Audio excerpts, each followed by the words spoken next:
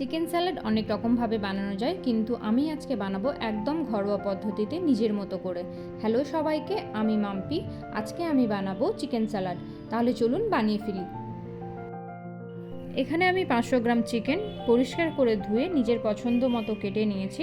এবার এগুলোকে ম্যারিনেট করে নেব। ম্যারিনেট করার জন্য আমি দেব প্রথমে 1 চামচ লবণ, 1 চামচ গোলমরিচ গুঁড়ো, দিয়ে দেব কেটে রাখা লেবুর রস,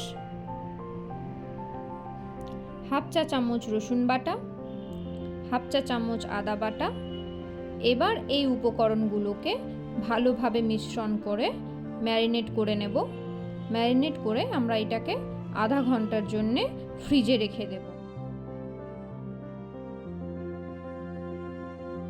স্যালাডের জন্য নিজের পছন্দের মতো কিছু ভেজিটেবলস নিয়ে নিয়েছি। এখানে গাজর, ব্রোকলি, ভুট্টা, ক্যাপসিকাম, টমেটো, পেঁয়াজ আর লেবু। এবার এগুলোকে ভালোভাবে কেটে নিয়েছি এখানে আমি। এবার এই সবজিগুলোকে ভালোভাবে সেদ্ধ করে নেব। সবজিগুলো সেদ্ধ হওয়ার পাশাপাশি অন্য একটা পাত্রে সামান্য পরিমাণ বাটার দিয়ে ম্যারিনেট করা চিকেন ভালোভাবে শ্যালো ফ্রাই করে নেব। এখানে সবজিগুলো ভালোভাবে সেদ্ধ হয়ে গেছে, চিকেনগুলো ভালোভাবে ফ্রাই হয়ে গেছে। এবার চিকেনগুলোকে নামিয়ে রাখবো।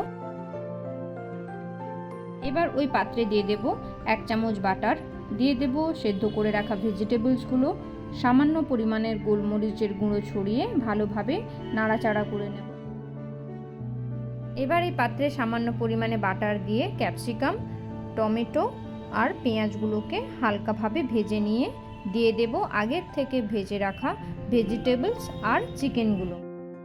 এবার এই ভেজিটেবলসগুলো ভালোভাবে নাড়াচাড়া করে উপর থেকে লেবু ছড়িয়ে দিলেই আমাদের চিকেন স্যালাড একদম রেডি। এটা খেতে যতটা টেস্টি ঠিক ততটাই হেলদি।